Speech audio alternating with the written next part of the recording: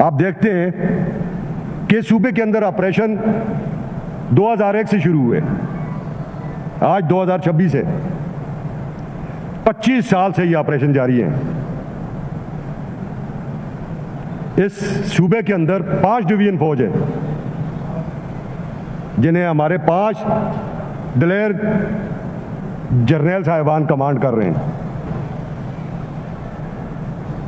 हम एक बहुत ज़बरदस्त फौज पोजेस करते हैं। जब हम बात करते हैं, हम कहते हैं अफगानिस्तान तो बात ही कोई नहीं है, तो 24 घंटों में कहा जाएंगे। तो फिर हम ये सोचते हैं कि क्या वजह है कि हम 25 साल से इस ऑपरेशन को देख रहे हैं। हमारे बहुत ज़्यादा लोग डिसलोकेट हुए जो आज तक अपनी जगहों पे जाके नहीं बच सके। तो फिर सिक्योरिटी कमेटी ने यह फैसला किया कि आप कोर कमांडर साहब से ब्रीफिंग ली जाए। ये प्रोविंशियल असम्बली है, यहाँ चीज़ें कायदे और कानून के तहत चलती हैं और आइन के तहत चलती हैं।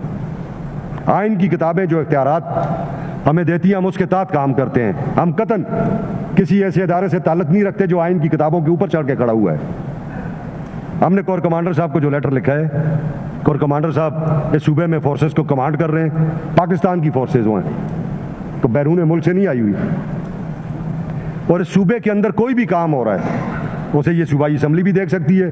कोई भी अदारा है, वो वफाकी अदारा है, ये कोई भी अदारा है, वो फौज है या कोई दूसरा अदारा है, उसके मामलात को भी ये सूबाई असम्बली देख सकती है। आइन इसे इख्तियार देता है और इसकी स्पेशल सिक्योरिटी कमेटी भी इसे देख सकती है। अब आपने बात की क्यों नहीं मान, कोई नहीं ऐसी बात, सारे मानते हैं, कानून को मानते हैं। जब इन्होंने नहीं मानता उन्हें मार्शल लॉ लगा देते हैं, जो कि इस मुल्क को बहुत दफ़ा देख चुके हैं। तो उन्हें लग जाएगा तो कोई नई बात नहीं होगी, मगर जब तक कोई ऐसी बात नहीं है तब तक हमारा आइन इन प्लेस है और आइन के तहत ही ये चीज़ें चलेंगी। अब क्या है जी, सूबाई असम्बली के रूल ऑफ बिजनेस 2025, आइन पाकिस्तान के आर्टिकल 67 और 127 को मिला के पढ़ें, कायदा 223 उसके ज़ेरी कायदा 3 को पढ़ें।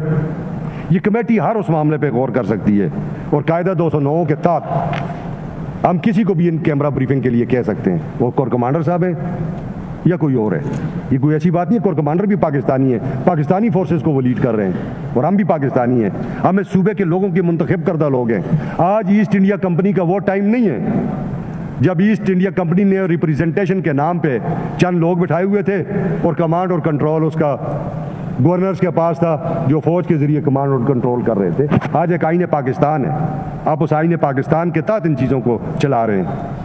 तो आइन का आर्टिकल 17, ये सारी चीज़ें जो है ना, ये पार्लिमानी बालादस्ती की बात करते हैं और फौज हमारी फौज है।